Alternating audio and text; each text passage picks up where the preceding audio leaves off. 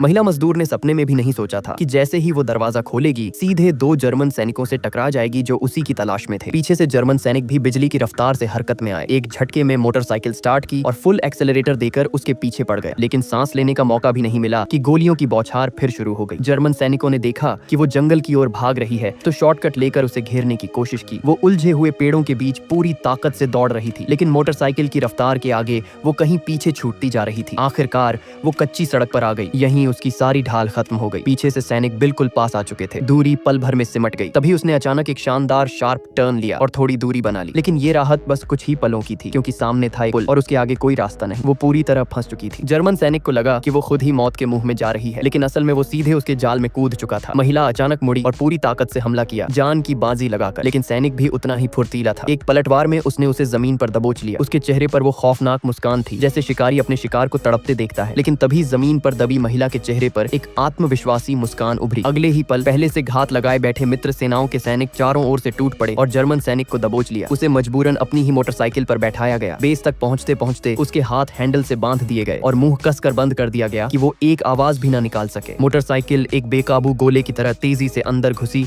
और अचानक रुक गई। वो सैनिक बेबस होकर अपने अफसर को इशारों में समझाने लगा कि साइड कार में कुछ छुपा है, लेकिन घमंडी अफसर बस ये जानना चाहता था कि ये बदहाल सिपाही कहना क्या चाहता है। जैसे ही अफसर ने हाथ बढ़ाया, सैनिक घबराकर सर झटकने लगा। अफसर को गुस्सा आ गया। उसने तुरंत आदेश दिया और कई सैनिकों ने उसे कसकर पकड़ लिया। अफसर ने झुंझलाकर उसके मुंह पर बंधा कपड़ा नोच दिया और उसी पल अनजाने में उसके मुंह में छुपे हैंड ग्रेनेड की पिन खींच ली गई। ठीक उसी समय पास खड़ा एक जिज्ञासु सैनिक साइड कार का ढक्कन भी खोल बैठा। अगले ही सेकंड वहां छुपा विस्फोटक सक्रिय हो गया। एक पल में पूरा बेस आग के समंदर में बदल चुका था।